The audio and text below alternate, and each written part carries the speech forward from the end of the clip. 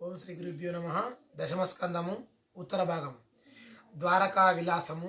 ప్రద్యుమ్నుడు సత్యభామ శమంతకమణి జాంబవతుల యొక్క కృష్ణునితో వివాహము. శ్రీకృష్ణుని మరి ఇతర 5 భార్యలు, మొత్తం 8 మంది భార్యల గురించి. నరకాసురుని యొక్క వధ. శ్రీకృష్ణుని నిరసోక్తుల వినోదము.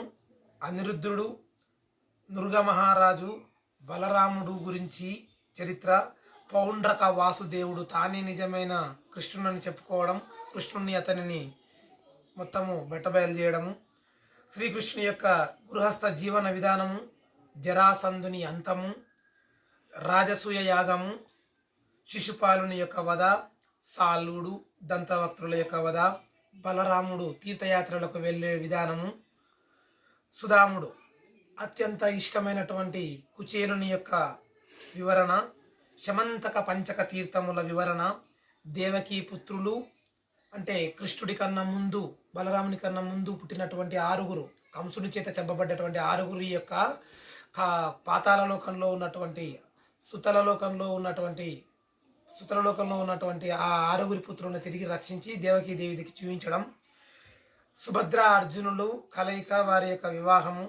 మిథిలాలోని 2 భక్తుల గురించి. అదేవిధంగా శృతి గీతలు.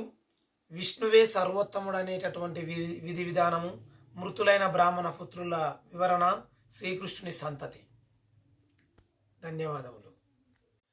ఏకాదశ స్కందము. 11వ స్కందము. నిమి ఆర్షభేయము. ఋషుల ద్వారకు వచ్చుట. విదేహరాజు అయిన నిమికి ఋషభపుత్రుల బోధ. వైకుంఠానికి ఆహ్వానం పలకడం. ఉద్ధవుని యొక్క గీత అంటే ఉద్ధవుడు ఈ గీతను వివరించడం.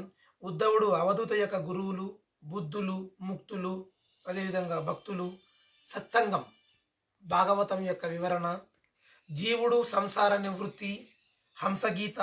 భక్తి, ధ్యానము, సిద్ధులు, భగవద్విభూతులు, వర్ణాశ్రమ ధర్మాలు, మరి యమనియమాలు, కర్మ, జ్ఞాన, భక్తి తత్వములు, వేదాల అంతరార్థము, తత్వములు, జనన మరణముల యొక్క వలయము మానవునికి సంబంధించి. భిక్షు గీత. సాంఖ్యయోగము, త్రిగుణములు, పురూరుని యొక్క పశ్చాత్తాపము, పూజా విధానము, జ్ఞానయోగము, అంతిమ సందేశము, యాదవ కులాంతము, శ్రీకృష్ణ వైకుంఠ గమనము.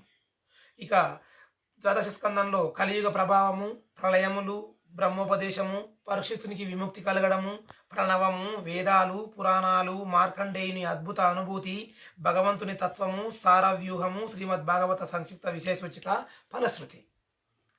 ధన్యవాదాలు.